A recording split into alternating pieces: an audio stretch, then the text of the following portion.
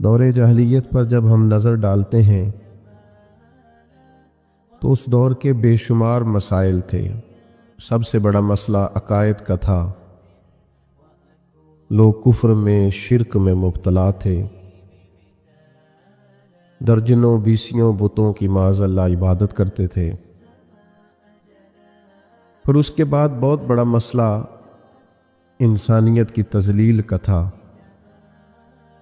غلاموں کے ساتھ ان کا ظلم، جبر، عورتوں کو اور ان کے حقوق کو اس قدر زیادہ ان کا استحصال کیا جانا، یہ دور جاہلیت کے سارے مسائل تھے۔ گھٹن اتنی زیادہ تھی، پریشانی اتنی زیادہ تھی کہ ہر مسئلہ،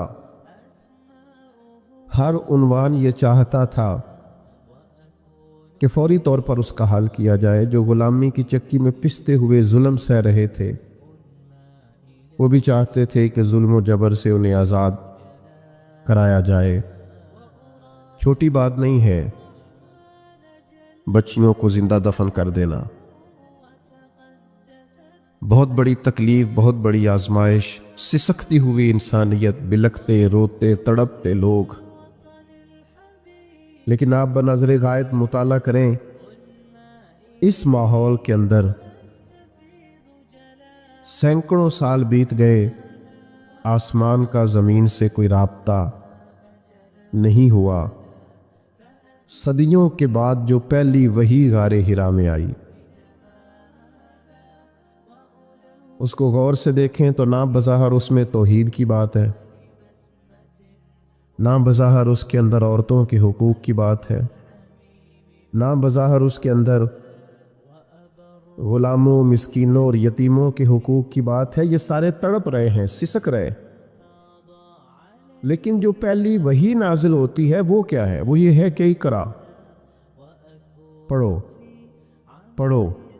معنی کیا ہے کہ یہ جتنے بھی مسائل ہیں نا، وہ مسئلہ عقیدے کا ہو، وہ مسئلہ عمل کا ہو، وہ مسئلہ عورتوں کے حقوق کا ہو، وہ مسئلہ غریبوں مسکینوں سے حسن سلوک کا ہو، ان سب مسائل کا حل یہ ہے کہ پڑھو، تعلیم حاصل کرو۔ تعلیم جب آ جاتی ہے تو پھر بہت ساری بدعقیدگیاں دور ہو جاتی ہیں۔ تعلیم جب آ جاتی ہے تو انسان کو شعور آ جاتا ہے۔ جب اسے علم حاصل ہو جاتا ہے تو پھر اس کی ذہن کی سطح بڑی بلند ہو جاتی ہے، پھر اس کا شعور جو ہوتا ہے وہ بڑا تازہ ہو جاتا ہے۔ کتاب و سنت کی تعلیم انسان کو مزین کر دیتی۔ بعض اوقات اس طرح ہوتا ہے کہ کسی ایک کمرے میں اندھیرا بہت زیادہ ہو تو وہاں بہت سارے موذی جانور جمع ہو جاتے ہیں، یعنی سانپ بھی آ گیا، بچھو بھی آ گیا، چھپکلیاں بھی آ گئیں، کھٹمل بھی آ گئے۔ اب اگر اس اندھیرے میں آپ ان سب جانوروں کو مارنا چاہیں تو جو کہ اندھیرا بہت زیادہ ہے، آپ مار نہیں سکتے، ہو سکتا ہے وہ آپ کو تکلیف دیں، ڈس لیں۔ آپ کسی ایک کو مارنے کی کوشش کریں، دوسرا آپ کے ہاتھ پہ ڈنگ مار دے، تو بہت سارے جانور جمع ہیں اور سبھی موذی جانوروں کو تلف کرنا ضروری ہے۔ تو اب آپ اندھیرے میں اگر ان کو ماریں گے تو ٹامک ٹوئیں ہی ماریں گے، وہ مریں گے نہیں۔ اس کا سب سے بہترین حل یہ ہے کہ آپ اس کمرے میں اجالا کر دیں،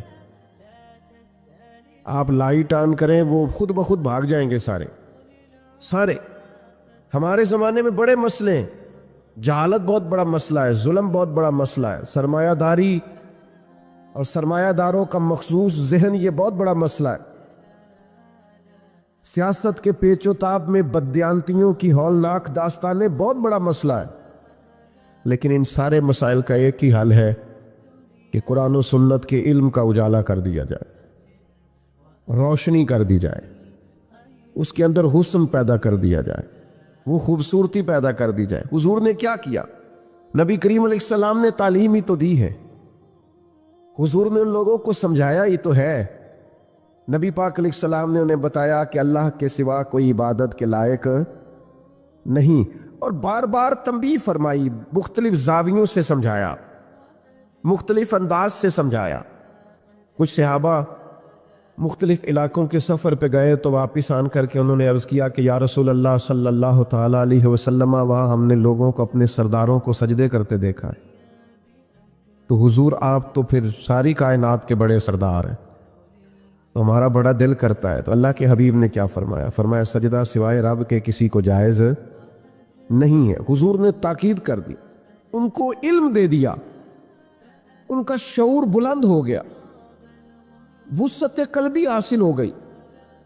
آپ یقین کریں، یہ عقیدہ توحید آدمی کو اتنا طاقتور کر دیتا ہے، اتنا طاقتور کر دیتا ہے کہ بڑے بڑے بت ایک جملے سے پاش پاش ہو جاتے ہیں۔ حضرت حبیب بن زید انصاری رضی اللہ تعالیٰ عنہ جب مسلمہ کذاب کے دربار میں گئے تھے تو وہاں کا اصول تھا، جو آتا تھا جھکتا تھا، لیکن جب آپ پہنچے ہیں تو جتنے لوگ دربار میں موجود تھے سب سے کم قیمت کا لباس آپ کا تھا، سب سے سادہ انداز آپ کا تھا، سب سے سادہ قسم کے گھوڑے سے آپ اترے تھے، لیکن چونکہ جو جاتا تھا جھکتا تھا، حضرت حبیب بن زید انصاری اترے، نیزہ زمین پہ رکھا، اپنے رب کا نام لے کے جب انہوں نے گردن اٹھائی تو کچھ لوگوں نے مطالبہ کیا کہ یہاں تو جھکنے کا مزاج ہے۔ فرمایا ہم صرف رب کے سامنے جھکتے ہیں، یہ محمد عربی کی تعلیم کا نتیجہ ہے۔ میرے پاس ایک ہی سجدہ تھا، نہ یہاں کیا نہ وہاں کیا، ہم محض اللہ کے سامنے جھکتے ہیں، ہمارا یہ مزاج ہے۔ عقیدہ توحید نے ہمیں طاقتور کر دیا۔ مجھے بتائیے یہ کتنی بڑی طاقت انسان کو ملتی ہے کہ رازق کون ہے؟ سبحان اللہ۔ کبھی کسی کی جیب دیکھ کے بندے کا دل نہیں للچاتا، کبھی کسی کا بنگلہ دیکھ کر وہ پریشان نہیں ہوتا، کبھی کسی کی بڑی گاڑی اس کے دل کے اندر کسی قسم کا مد و جزر پیدا نہیں کرتی، وہ کہتی ہے میرا رازق۔ یہ تعلیم طاقتور کر دیتی ہے بندے کو، یہ شعور کے رازق اللہ ہے، یہ مضبوط کر دیتی ہے، لوگ بلند ہو جاتے ہیں، سوچیں بڑی ہو جاتی، وہ دولت حاصل کرنے کا کوئی ناجائز رستہ اختیار نہیں کرتے، وہ حصول مال کے لیے کوئی غلط راہ اختیار نہیں کرتے، وہ کہتے ہیں مجھے دینے والا میرا ہارون رشید آ رہا تھا حج کر کے۔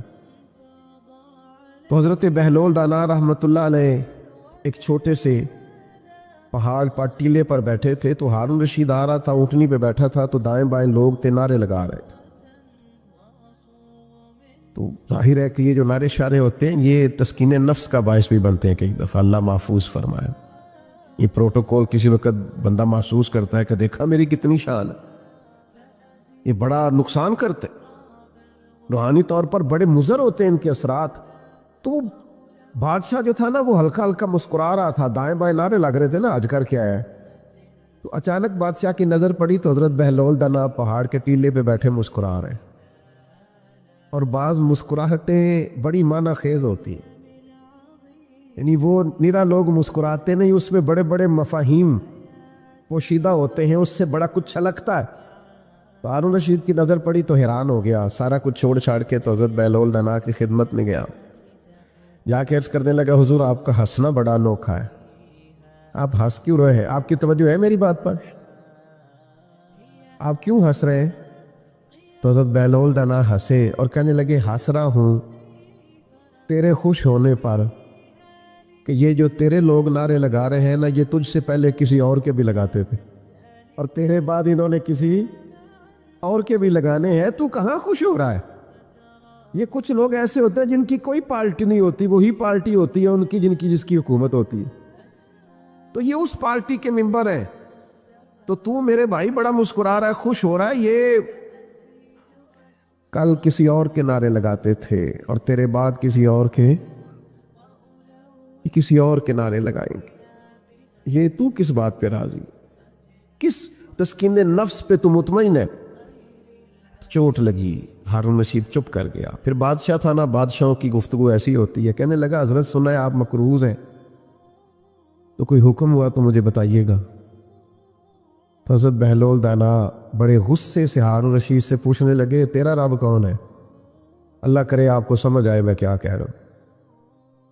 تیرا رب کون ہے؟ کہا اللہ۔ تو فرمایا میرا کون ہے؟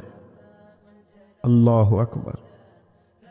اس نے کہا حضور آپ کا بھی اللہ۔ تو فرمانے لگے ہارون رشید یہ تو نہیں نہ ہو سکتا، کہ رب ہارون رشید کو دیتا جائے اور بہلول دانا کو بھول ہی جائے؟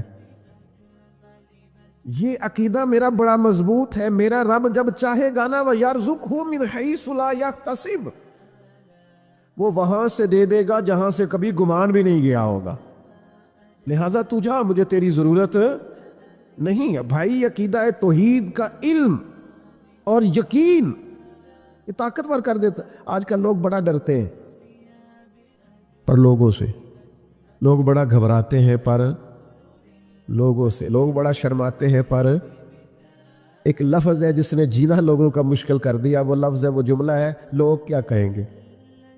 اس نے جینا مشکل کر دیا، لوگ کیا کہیں گے۔ او بھائی آپ جو مرضی کر لیں، لوگ پھر بھی کچھ نہ کچھ کہیں گے۔ کہنے کے لیے ہوتا ہے نا کچھ نہ کچھ، لوگ پھر بھی کچھ نہ کچھ کہیں گے۔ لوگ تو کہتے ہیں مخلوق تو فنکار ہے اس درجہ کے پل بھر میں، سنگے در کعبہ سے بھی اصنام تراشے، تم کون ہو کیا چیز ہے داغ کبابی، لوگوں نے تو جناب مریم پہ بھی الزام تراشے۔ یہ لوگ کوئی باز آتے ہیں؟ یہ تو جس کے بارے میں چاہتے ہیں بات کرتے ہیں، ان کا مزاج ہوتا ہے۔ لوگ ڈرتے ہیں پر لوگوں سے سہمے رہتے ہیں، پریشان رہتے ہیں۔ آپ جس کو حق جان لیں، جس کا علم آ جائے، کتاب و سنت کی روشنی میں جب شعور مل جائے تو لوگوں سے ڈرنا چھوڑ دو، فقط اپنے رب سے ڈرو۔ اور سنو یہ حدیث یاد رکھنا، نبی کریم علیہ السلام نے فرمایا جو رب سے ڈرے گا وہ کسی سے نہیں ڈرے گا، اور جو رب سے نہیں ڈرے گا پھر وہ سب سے ڈرے گا۔ اللہ سے ڈریں۔ یہ دیکھو یہ نبی پاک علیہ السلام ہمیں تعلیم دیتے ہیں اور ہمیں فکری توانائی دیتے ہیں، حضور ہمیں روحانی طور پر مضبوط فرماتے ہیں۔ حضرت عبداللہ ابن عباس رضی اللہ تعالیٰ عنہ کو حضور نے فرمایا اے عبداللہ، اے میرے بیٹے، ایک بات یاد رکھنا، ساری دنیا مل کے بھی تیرا کچھ بگاڑنا چاہے، بگاڑ نہیں سکتی جب تک رب کی حکمت نہ ہو۔ اور فرمایا ساری دنیا مل کے تیرا سنوارنا چاہے، سنوار نہیں سکتی جب تک اللہ کی رضا نہ ہو۔ تو بھائی ڈرنا کس بات کا؟ پریشانی کس بات کی؟ آزمائش کس بات کی؟ آپ کتاب و سنت کو پڑھیے، عقیدہ توحید مضبوط کر دے گا، طاقتور کر دے گا۔ آپ کو کبھی کسی جگہ بھی ڈر کے، سہم کے، جھجک کر وقت نہیں گزارنا پڑے۔ آپ مضبوط افکار کے مالک ہو جائیں گے، آپ کو فکری توانائی ملے گی۔ شرط یہ ہے کتاب و سنت کو پڑھیں، تعلیم یہاں سے لیں، اللہ رسول کے ارشادات کی روشنی میں اپنے معاملات کو مرتب کریں، طاقتور ہو جائیں۔ میں آج دیکھتا ہوں لوگ تیزی سے ڈپریشن، انزائٹی، ذہنی تناؤ، دباؤ اس کا شکار ہو رہے ہیں۔ کیوں؟ اس لیے کہ وہ لوگوں سے ڈرتے ہیں، لوگوں کے سامنے مطمئن ہونا چاہتے ہیں، وہ لوگوں کے سامنے اپنی وضاحت دینا چاہتے ہیں۔ جو آپ سے پیار کرتا ہے اس سے نفرت نہیں کرنی، اور جو ایک دفعہ مخالف ہو گیا ہے نا، آپ جتنی مرضی دلیلیں دیں، پھر آپ کی صحیح بات بھی اس کو صحیح لگتی، اس کا ذہن بن گیا نا، اس نے کرنی مخالفت ہے۔ آپ کچھ بھی کر لیں، کسی لحاظ سے بھی کر لیں، کسی طور بھی کر لیں، طاقتور ہو جائے، مضبوط ذہنی بنیادوں پر زندگی کو استوار کریں۔ آپ طے کریں مدد اپنے اللہ سے لینی ہے، آپ محسوس کریں گے بڑا لمبا سفر بھی جلدی طے ہو جائے گا، بڑے دشوار گزار گھاٹیوں سے آپ بڑی جلدی گزرنے لگیں گے، اور جہاں کوئی بھی اپنا نہیں ہوگا وہاں بھی اللہ مدد کرے گا۔ آپ کو بظاہر محسوس ہوگا کہ یہاں تو میرے لیے بڑا مشکل ہے آگے بڑھنا، لیکن آپ بڑھیں گے، دیکھیں گے اللہ تعالیٰ اسباب بنائے گا۔ مسلمانوں نے ہجرت مدینہ سے پہلے ایک ہجرت کی تھی جسے ہجرت حبشہ کہا جاتا ہے۔ اللہ کے پیارے حبیب صلی اللہ تعالیٰ علیہ وسلم نے اجازت دی تھی لوگوں کو کہ حبشہ کی جانب ہجرت کر جاؤ، تو لوگ چلے گئے ہجرت کر کے۔ حضرت عثمان غنی بھی گئے تھے، حضور کی ایک صاحبزادی جو ان کی اہلیہ تھی وہ بھی گئی تھی، حضرت جعفر طیار بھی گئے تھے، کچھ اور لوگ بھی ہجرت کر کے گئے تھے۔ حبشہ کے رہنے والے جو لوگ تھے ان کا مذہب عیسائی تھا، لیکن معاذ اللہ ثم معاذ اللہ نقل کفر نہ باشد، وہی والا جو آج بعض عیسائیوں کا غلط نظریہ ہے کہ حضرت عیسیٰ علیہ السلام معاذ اللہ اللہ کے بیٹے۔ تو وہاں یہ لوگ ہجرت کر کے چلے گئے. اب ظاہر ہے کفار مکہ کو تو پسند نہیں آتا تھا کہ مسلمان کسی جگہ بھی آرام اور سکون کے ساتھ عبادت کر سکے، تو انہوں نے ایک وفد تیار کیا جو حبشہ گیا. جا کے پہلے تحفے تحائف دیے بادشاہ کے قریبی لوگوں کو، پھر بادشاہ تک رسائی حاصل کی، پھر اس کو بتایا کہ ہمارے کچھ لوگ آ گئے. حبشہ کا بادشاہ نجاشی بڑا سمجھدار آدمی تھا، بڑا زیرک تھا، باتوں کو بڑی گہرائی سے سمجھنے والا تھا. اس نے کہا میں تمہاری رائے سن کے مسلمانوں کو یہاں سے نکالوں گا نہیں، ان کی بھی بات سنوں گا. اب تصویر کے دونوں رخ دیکھنے چاہیے. پہلے ہماری پنچایت میں لوگ اس کے سپورٹر ہو جاتے ہیں جو پہلے آ جائے، کہتے ہیں وہ تے آ گیا، تینوں تے صدنا پہ ہے، چونکہ وہ مجھے چودھری مان گیا، پہلے آ گیا، لہذا میں اس کے ساتھ ہوں. بھائی تو دیکھ تو لے تصویر کا دوسرا رخ. دوسرے کی بات سننے کے بعد آپ کو اندازہ ہوگا کہ اصل معاملہ کیا ہے. نجاشی کہنے لگے میں ایسے نہیں بھیج دوں گا، میں بلاؤں گا. بلایا، مسلمان آئے. حضرت جعفر طیار رضی اللہ تعالیٰ عنہ اسلام کے پہلے خطیب، جو باتیں نجاشی نے پوچھیں حضرت جعفر طیار نے بڑی جرت کے ساتھ جواب دیا، بلکہ وہی کچھ کہا جو آج کل میلاد پہ ہمارا خطیب نہیں کہتا، ہمارے مبلغین نہیں کہتے کہ بادشاہ ہم تو گلے کاٹتے تھے، ہم تو ایک دوسرے سے لڑتے تھے، بیٹیوں کے اوپر ظلم کرتے تھے. یہ تو مدینے والے محبوب آئے کہ انہوں نے آ کے ہمیں بتایا ہے کہ اصل انسانیت کیا ہے، طرز زندگی کیا ہے. یہ ساری باتیں بیان کی. نجاشی بڑا خوش ہوا، مسلمانوں کو بھیج دیا. کافروں نے ایک اور چال چلی، ذرا زیادہ غور کرنا کیا کہنے لگا. ملک ان کا ہے، عقیدہ ان کا ہے. حضرت جعفر طیار رضی اللہ تعالیٰ عنہ غیر کے ملک میں بلایا. جناب جعفر طیار آئے، دوبارہ بلایا. سازش کی کفار نے، کہنے لگے آپ کو پتہ ہے یہ حضرت عیسیٰ علیہ السلام کو معاذ اللہ اللہ کا بیٹا نہیں مانتے، پتہ ہے آپ کو؟ اس کو کہتے ہیں مذہبی کارڈ کھیلنا، ایموشنل کرنا. اس کو کہتے ہیں اس طرح کا ماحول بنانا کہ سامنے والا اشتعال میں آئے. بلایا. حضرت جعفر طیار رضی اللہ تعالیٰ عنہ اور مسلمانوں کے وفد کو بھی پتہ چل گیا کہ اب نئی چال چلی ہے، اب حضرت عیسیٰ کے بارے میں پوچھیں گے. کچھ لوگوں نے حضرت جعفر طیار کو مشورہ دیا کہ ذرا حکمت سے بات کریں. فرمانے لگے حکمت کوئی نہیں، عقیدہ عقیدہ ہوتا ہے، عقیدہ عقیدہ ہوتا ہے. فرمایا میں وہی کہوں گا جو محمد عربی نے ہمیں بتایا ہے صلی اللہ تعالی علیہ وسلم. یہ ڈری ڈری باتیں نہیں، سہمی باتیں نہیں. کتاب و سنت کی تعلیم طاقتور کر دیتی ہے. حضرت جعفر طیار رضی اللہ تعالیٰ عنہ تشریف لائے، دربار میں پہنچے تو حضرت مولا علی کے بھائی، نبی کریم کے چچا زاد حضرت جعفر طیار، کیا دبدبہ ہے، کیا تنتنا ہے، لباس سادہ ہے، لیکن عقیدے نے وہ مضبوطی پیدا کر دی ہے. کہا بتائیے آپ کا جناب عیسیٰ کے بارے میں نظریہ کیا ہے؟ تو جب انسان مخلص ہو کے بات کرتا ہے تو اس میں اللہ اثر پیدا کر دیتا ہے. لفظ تاثیر سے بنتے ہیں، تلفظ سے نہیں. اہل دل آج بھی ہیں اہل زبان سے آگے.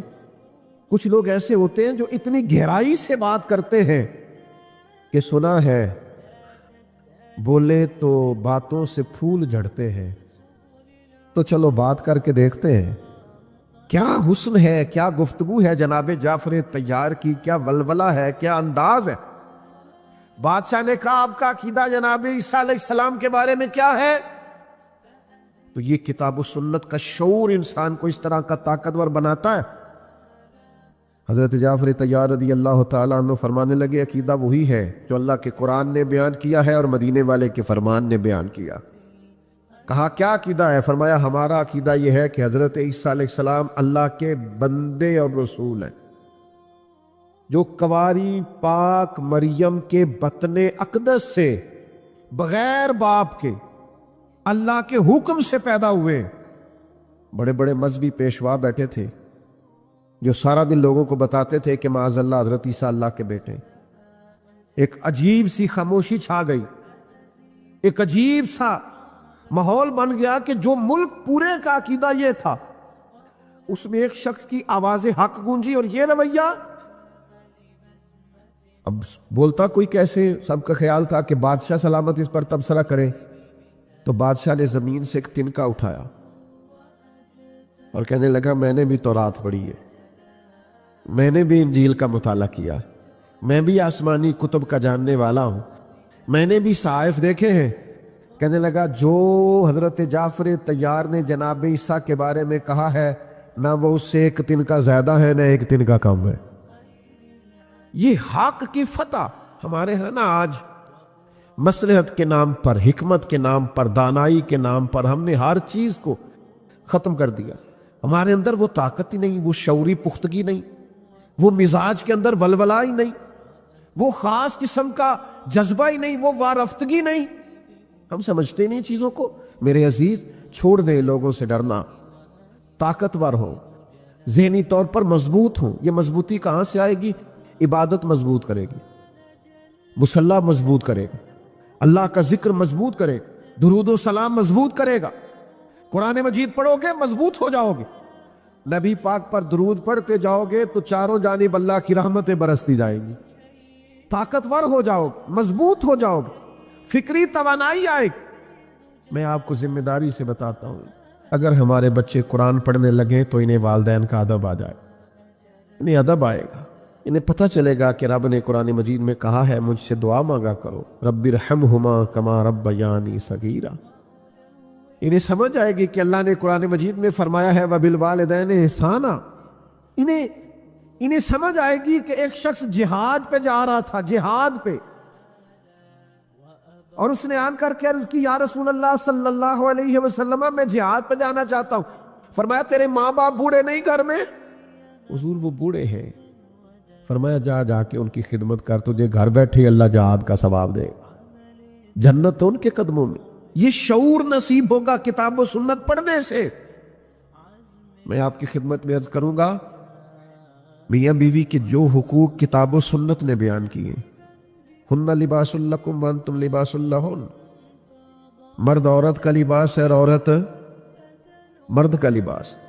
بڑی کتاب، اب تو سیشن ہونے لگے ہیں، پہلے تو کتابیں لکھی جاتی تھی نا، اب تو بعض ممالک کے اندر چونکہ بچے زیادہ تر رہتے ہیں موبائل کے ساتھ وابستہ اور اکیلے کمرے میں، تو تنہائی کا شکار ہے، تو کہتے ہیں شادی سے پہلے انہیں کچھ مہینے کا سیشن ہر روز لینا پڑے گا، کچھ انہیں تھوڑی سی ذہنی طور پر تیار کرنا پڑے گا کہ کسی اور کو بھی برداشت کریں۔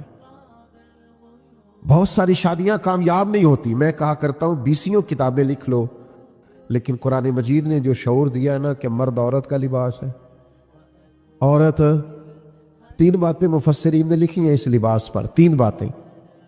ایک تو فرماتے ہیں کہ گرمی سردی سے لباس بچاتا ہے، اور دوسرا فرماتے ہیں جتنے بھی عیب ہو نا جسم پر لباس کی وجہ سے چھپ جاتے ہیں، اور تیسری بات یہ کہ بندہ جتنا مرضی بھی خوبصورت ہو، کپڑے نہ پہنے ہو تو وہ حسین لگتا، لباس انسان کو سجا دیتا ہے۔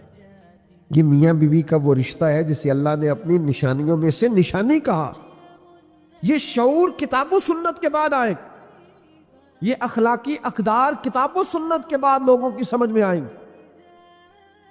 نبی پاک علیہ الصلوۃ والسلام نے ہمیں مل جل کے رہنے کا کہا ہے، مل جل کے، یعنی اس درجے کی روایت آپ کو دوسری نہیں ملے گی کتب احادیث میں، اس درجے کی روایت دوسری نہیں۔ یعنی اللہ قیامت میں فرمائے گا میں بیمار تھا تو میری تیمارداری کرنے نہیں آیا، مجھے لباس کی ضرورت تھی تو کپڑے لے کے نہیں آیا، میں نے کھانا کھانا تھا، میں نے پانی پینا تھا، او کما قال، جو اس کی شان کے لائق ہے۔ بندہ عرض کرے گا مالک تو پہننے سے پاک، کھانے سے پاک، پینے سے پاک، تو آپ فرمائے گا وہ جو تیرے پڑوس میں بندہ بھوکا تھا تو بندہ تو میرا ہی تھا نا، وہ جو تیرے پڑوس میں ایک شخص پیاسا تھا تو بندہ تو میرا ہی تھا۔ میرے عزیز یاد رکھیے گا، یہ سارا شعور آپ کو کتاب و سنت سے ملے گا۔ حضور نے فرمایا میں اسے مومن ہی نہیں مانتا جو پیٹ بھر کے کھائے اور اس کا پڑوسی بھوکا سویا رہے۔ نبی پاک علیہ السلام نے حقوق کا تعین، آپ دیکھیے نا، ایک بڑی خاص بات میں بڑا سوچتا ہوں اس پر۔ کچھ لوگ نا حضور کی بارگاہ میں آئے، یہ مشکات شریف میں موجود ہے، اور انہوں نے عرض کی یا رسول اللہ صلی اللہ علیہ وسلم، یہ ہمارا بھائی آپ کے پاس بیٹھا رہتا ہے اور ہم کام کاج کرتے ہیں، تو اللہ کے حبیب علیہ السلام نے فرمایا تمہیں جو رزق دیا جاتا ہے اس کی برکت سے دیا جاتا ہے. کچھ غریب بہن بھائیوں کی برکت سے بھی انسان کو رزق ملتا ہے. لیکن لوگ سمجھتے ہیں میں بڑا سمارٹ ہوں, میں نے تیاری بڑی کی ہے, میں نے پڑھا بڑا ہے, میں نے کمایا بڑا ہے, میں محنت بڑی کرتا ہوں. سنگیوں اس کو یاد رکھ لینا اور سمجھ لینا, یہ سارا انسانیت کا منشور, دستور, شعور یہ کتاب و سنت کی برکت سے سمجھ میں آئے گا. لیکن شرط یہ ہے کہ اقرا, پہلے پڑھو, کتاب و سنت کو پڑھو, اس کا مطالعہ کرو, اس کی گہرائی میں اترو, تھوڑا سا وقت دو. آپ کتاب و سنت پڑھیں گے آپ کو شعور آئے گا. ایک جملہ کہنے لگا ہوں, اس کو یاد رکھنا, جو بندہ قرآن و حدیث پڑھتا ہے اسے جینے کا بھی مزہ آ جاتا ہے اور مرنے کا بھی مزہ آ جاتا ہے. مرنے کا بھی, بولیے, مرنے کا. یہ جب کرونا آیا نا تو مجھے ایک جگہ جانے کا اتفاق ہوا, وہاں زیادہ میڈیکل کے لوگ تھے. بس میں نے زیادہ باتیں نہیں کرنی, سمیٹنے لگا ہوں, توجہ کرنا. تو یہ کرونا کے دنوں میں نا بہت زیادہ خوف پھیلا دیا گیا تھا, لوگ بڑا ڈرتے تھے. یہ کرتا ہے میڈیا کام ہمارا. بڑا خوف تھا, بڑے حالات خراب, لوگ بڑا ڈرتے تھے. تو مجھے کہا گیا کہ یہ سارے میڈیکل کے لوگ ہیں تو آپ تھوڑی سی ان کو نا ذہنی طور پر مضبوطی دیں, یہ بڑے خوف کا شکار ہے. تو میں نے ڈاکٹر صاحب سے کہا, میں نے کہا کہ آپ ڈرتے کیوں ہیں اتنا, اللہ مہربان ہے, زندگی موت کا وقت متعین ہے. تو وہ کہنے لگے جی ذرا مجمع زیادہ ہو جائے نا چاروں جانب تو میرا دم گھٹنے لگتا ہے, تو قبر تو بند ہوتی ہے. تو مجھے قبر سے بڑا خوف آتا ہے. تو میں نے کہا خوف آنے سے کیا آپ قبر سے بچ جائیں گے, جانا تو پڑے گا. کہنے لگے جی بڑا ڈر بڑا آتا ہے, میں کانپتا ہوں تصور کر کے. تو میں نے کہا جو رب ماں کے پیٹ میں سانسیں چلتی رکھتا ہے وہ قبر میں بھی چلتی رکھے گا اگر چاہے گا. تو آپ نے تو سبحان اللہ کہا ہے نا, آپ تو عقیدت مند لوگ ہیں. تو وہ ڈاکٹر تھا, وہ نہیں مانا. کہنے لگا وہ تو اماں سانس لیتی ہے تو بچے کو بھی آکسیجن ملتی ہے. نہیں مانا. کہنے لگا وہ اماں سانس لیتی ہے, آکسیجن لیتی ہے تو بچے کو اندر ملتی ہے, اس لیے بچہ سانس لیتا ہے. تو قبر میں کیسے آکسیجن آئی؟ تو بعض اوقات اللہ تعالیٰ بندے کے ذہن میں بات ڈالتا ہے. تو میں نے پھر فوراً ان سے کہا, اللہ نے میرے ذہن میں بات ڈالی, میں نے ان سے کہا کہ وہ جو انڈے سے بچہ نکلتا ہے, اللہ کرے آپ کو سمجھ آئے, وہ زندہ نکلتا ہے کہ ایسے ہی ہوتا ہے؟ وہ نہ صرف زندہ ہوتا ہے, سانس لیتا ہے, بلکہ سونا بھی بڑا ہوتا ہے. تو میں نے کہا وہ دیکھو نا وہ کہاں سے سارا معاملہ ہوا؟ تو مجھے کہنے لگا جی یہ تو بات آپ کی ٹھیک ہے. تو میں نے کہا رب نے چاہا نا تو وہاں زندگی دی. اب میں نے کہا سنو میرا دین کیا کہتا ہے, اب سنو دین کیا کہتا ہے. یہ جو مومن کی قبر ہے نا یہ کھڈا نہیں, یہ مومن کی قبر ہے یہ گھڑا نہیں, بلکہ حضور نے فرمایا مومن کی قبر باغ ہے. مومن کی قبر اور معمولی باغ نہیں, جنت کے باغوں میں سے باغ ہے. اللہ کرے آپ کو سمجھ آئے. باغ اتنا سونا, اتنا پیارا, اتنا حسین باغ ہے قبر کہ جس میں آنکھ کھلے گی تو پہلی زیارت ہی مدینے والے محبوب کی نصیب ہو. پس مردن فرشتوں نے جو تلاشی لی تو کیا نکلا؟ میں قبر میں گیا تو مرنے کے بعد فرشتے نا میرا کفن ٹٹولنے لگے, بھلا کیا لے کے آیا؟ لو انزلنا هذا القرآن على جبل لرأيته خاشعا متصدعا من خشیۃ اللہ. میں آپ کو کیسے یہ بات سمجھاؤں کہ قرآن مجید فرقان حمید اپنی تاثیر کے تعلق سے, اپنی تعلیم کے تعلق سے, اپنے اسرار و رموز کے تعلق سے اتنی معنی خیز کتاب ہے. شرط یہ ہے اسے خطابت کے لیے نہ پڑھا جائے, اسے فقط ثواب کے لیے نہ پڑھا جائے, اس کو عملی زندگی کے نفاذ کے لیے پڑھا جائے. ہمارے ہاں کوئی بندہ نئی دکان شروع کرتا ہے تو وہ کہتا ہے میں نے پہلے تلاوت کرانی ہے. میرا گمان ہے, اچھا گمان میرا یہ ہے کہ ہو سکتا ہے وہ اسی لیے تلاوت کراتا ہو کہ میں تجارت اس طرح کروں گا جس طرح قرآن نے بتایا. میرا خیال ہے اسی لیے کراتے ہوں گے. سویرے آ کے جو صبح دکان پہ قرآن شریف پڑھتے ہیں، اسی لیے پڑھتے ہوں گے کہ میں ساری تجارت قرآن کے طریقے کے مطابق بیان، اسی لیے پڑھتے ہوں گے نا۔ یہ کیسی عجیب بات ہے کہ وہ جس قرآن کی تلاوت سے آغاز کرا رہا ہے اس قرآن کے مطابق وہ تجارت کرنے کو تیار ہی نہیں ہے۔ قرآن مجید صحیفہ انقلاب ہے۔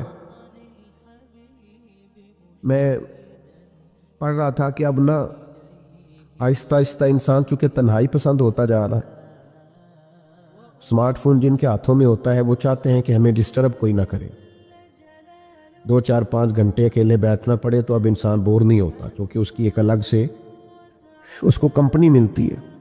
تو بعض ممالک میں اب یہ ہوا ہے کہ میاں بیوی کا رشتہ اور تعلق اور نکاح سے پہلے جس طرح کا بھی کہیں کچھ طریقہ ہے، اس سے پہلے وہ چاہتے ہیں کہ بچے اور بچیوں کو کچھ کورسز کرائے جائیں، کیونکہ بالکل تنہا رہنے کے عادی ہیں تو شادی زیادہ چلتی نہیں، برداشت نہیں کر پاتے۔ اس پر باقاعدہ موٹیویشنل اسپیکرز کو بلایا جاتا ہے، ان سے کچھ ذہن سازی کرائی جاتی ہے، ان کو ذہنی طور پر تیار کیا جاتا ہے، کسی اور کو بھی برداشت کرنا ہے۔ اور یہ مرض صرف بچوں میں نہیں بچیوں میں بھی پایا جاتا ہے۔ وہ لائف بڑی آسانی والی ہے، آسودگی والی ہے، لاڈ پیار کے نام پر ہی بچے خراب ہوتے ہیں نا جی۔ ہم نے کبھی بچی سے کوئی کام نہیں کہا تو آپ نے غلط کیا نا، کوئی کام نہیں کہا، کہنا چاہیے تھا۔ وہ اپنے بچوں کی ذمہ داریاں کیسے اٹھائے گی؟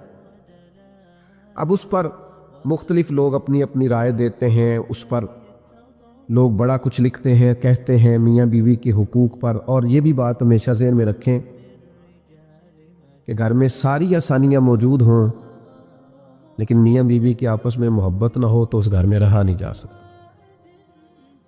لیکن بڑی غربت ہو، بڑی آزمائش ہو، بعض چیزوں کی بظاہر قلت بھی ہو لیکن ازدواجی زندگی خوشگوار ہو تو وقت اچھا گزرتا ہے۔ اب اس پر بڑے لوگوں نے کلام کیا ہے، غیر مسلموں نے بھی بڑا کچھ لکھا ہے۔ جو نفسیات، انسانی نفسیات کو سمجھنے والے لوگ ہیں انہوں نے بھی اس پر بڑا کچھ لکھا ہے کہ کیا کیا سمجھایا جائے، قائل کیا جائے۔ لیکن ایک جملہ ہے قرآن پاک کا، فقط ایک جملہ، فرمایا ہن لباس لکم وانتم لباس لہم۔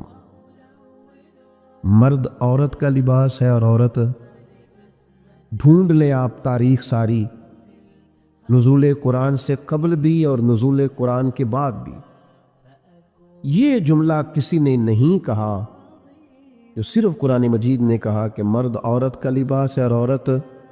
بس اس ایک جملے کے اندر اگر ازدواجی زندگی کو بند کر دیا جائے، 3 باتیں مفسرین نے اس کی تفسیر میں لکھی ہیں، بڑا کچھ لکھا ہے۔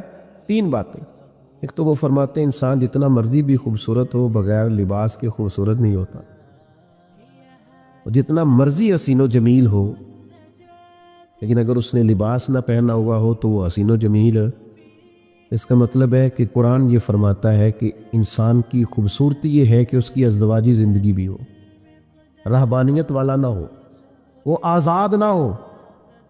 اور دوسری بات یہ ہے کہ انسان کے وجود پر جتنے بھی عیب ہوں لباس اسے چھپا دیتا ہے، تو میاں بیوی بھی ایک دوسرے کے لیے پردہ بن جاتے ہیں، عیب چھپ جاتے ہیں، وقت گزرنے لگتا ہے۔ اب تیسری بات یہ ہے کہ اثر گرمی کا ہو یا اثر سردی کا ہو،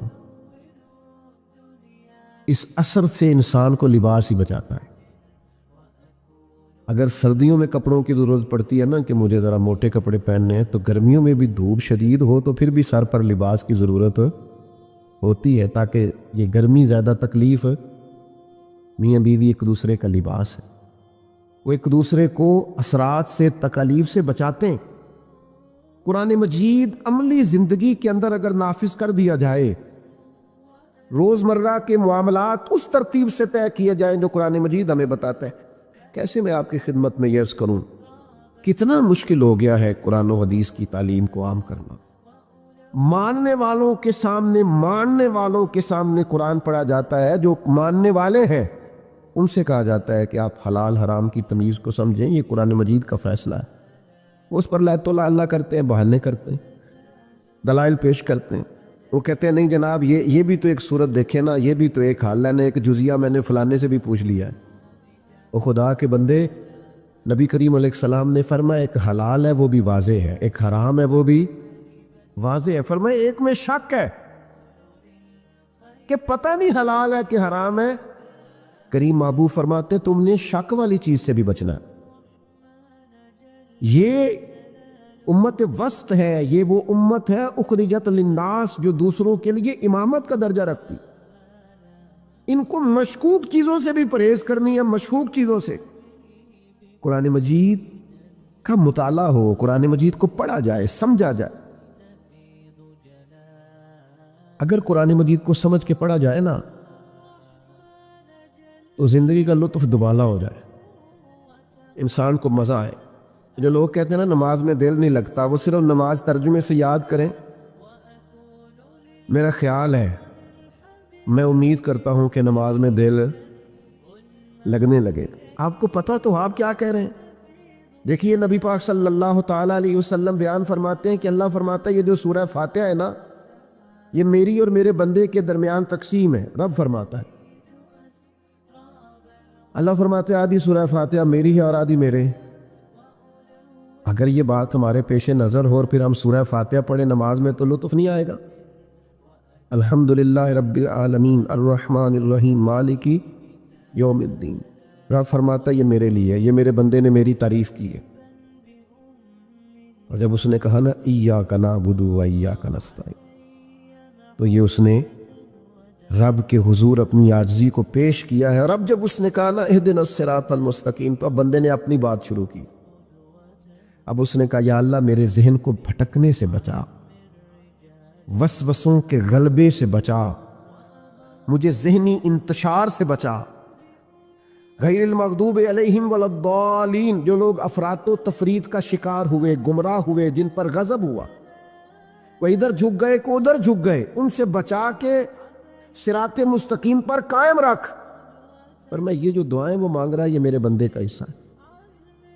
آپ کبھی قرآن مجید کو اس کے ترجموں کے ساتھ، اس کی افادیت کے ساتھ آپ غور تو کریں، لیکن کیا کریں، نئے نئے کورسز سارے کر لیتے ہیں۔ ہر محکمہ نئے نئے کورسز کراتا ہے، نوکریاں بچانے کے لیے سارے کورس کرتے ہیں۔ نیا کورس آ گیا۔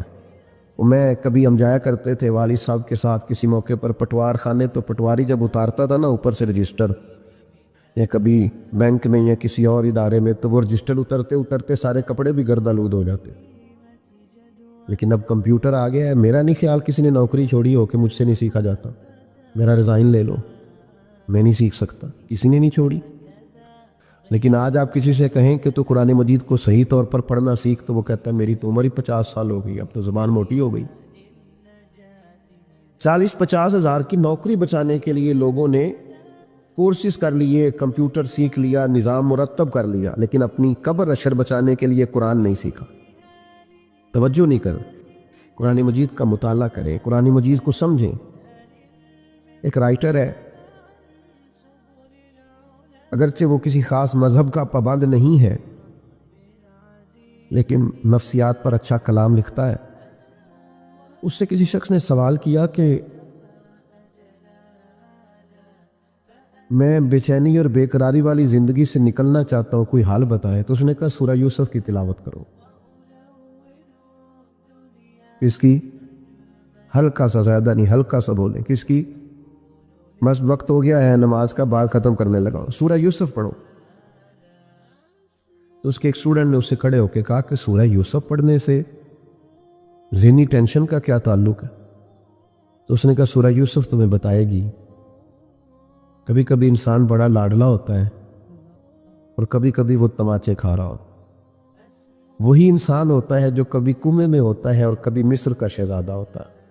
سورہ یوسف تمہیں بتائے گی کہ یہ جو انسان کے زندگی کے پیچ و تاب ہے نا، لَقَدْ خَلَقْنَا الْإِنسَانَ فِي كَبَدٍ، قسمیں اٹھا اٹھا کے اللہ نے کہا ہم نے انسان کو مشقت میں رہتا ہوا پیدا کی۔ فرمایا تمہیں سورہ یوسف بتائے گی کہ اگر تم کسی ملک کے قیدی بن جاؤ، یا کسی وقت تم جیل میں چلے جاؤ، یا کسی وقت تمہیں ڈھیروں تکلیفیں آ جائیں، تو یہ مت سمجھنا کہ زندگی یہاں ختم ہو گئی ہے، کسی مایوسی کا شکار نہ ہونا۔ کبھی کبھی کسی جگہ انسان قیدی ہوتا ہے، رب وہاں سے نکال کے اسے بادشاہ بنا دیتا ہے۔ اپنی زندگی کے پورے پیچ و تاب کو سمجھنے کے لیے، اتار چڑھاؤ کو سمجھنے کے لیے قرآن مجید کو پڑھا جائے۔ فکری توانائی اور ذہنی آسودگی کے لیے قرآن مجید کو سمجھا جائے تو سب سے پہلے تعمیر شخصیت ہوتی ہے۔ انسان جب اس پر غور کرتا ہے تو سب سے پہلے وہ اپنے آپ کو ذہنی طور پر مطمئن پاتا ہے۔ لیکن ایک طالب علم نے مجھ سے کہا تھا مطالعہ کرنا ہے تو آپ کوئی طریقہ بتایا۔ میں کہ تو تقریر واسطے مطالعہ کرنا ہے، وہ نہیں ہونا تیرے کو، تو اپنی تعمیر کے لیے مطالعہ کر کہ میں نے سیکھنا ہے، میں کیسے اپنی تعمیر کر سکتا ہوں۔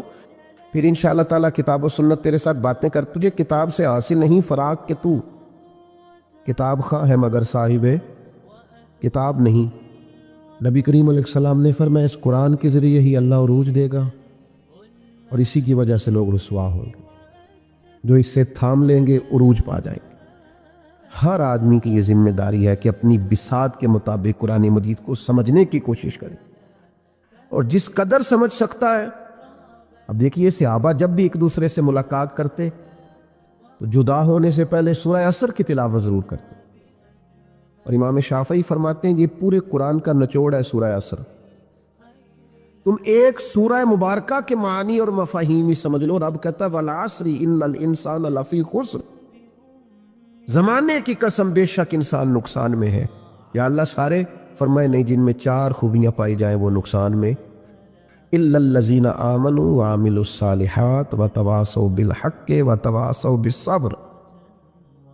ایمان لائیں، ایمان لانے کے بعد نیک اعمال کریں، اور صرف اپنے لیے نہ کریں، دوسروں کو بھی حق کی تلقین کریں۔ اور جب انسان حق بات کہتا ہے تو اسے تکلیف بھی آتی ہے۔ فرمایا وَتَوَاصَوْا بِالصَّبْرِ، ہم ایک دوسرے کو صبر کی نصیحت بھی کریں۔ ایمان، اعمال حسنہ، تاکید حق، تلقین حق اور تاکید صبر، یہ مکمل دین ہے ایمانیات کے بعد۔ شرط یہ ہے کہ اس صورت کے پہلو کے مطابق، اس کی تعلیم کے مطابق اپنی زندگی کو گزارا جائے۔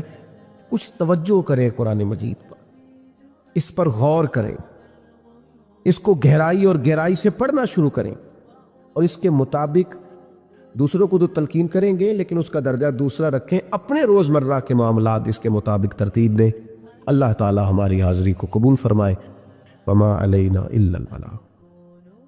اللہم صلی علی سیدنا و مولانا محمد معدن الجود والکرم وآلہ وبارک وسلم۔ اللہ کریم ہماری حاضری کو قبولیت کا شرف عطا فرما، ہمارے گناہوں کو معاف فرما، ہماری غلطیوں سے درگزر فرما، اس ادارے کو کامیابیاں عطا فرما۔ جن بچوں نے حفظ قرآن کیا ہے، یاد رکھنے کی، سمجھنے کی اور آگے اس کے علوم کو حاصل کرنے کی توفیق عطا فرما۔ امت کی خیر فرما، عالم اسلام پر فضل فرما، بالخصوص فلسطین کے مجبور، مقہور اور مظلوم مسلمانوں کی مدد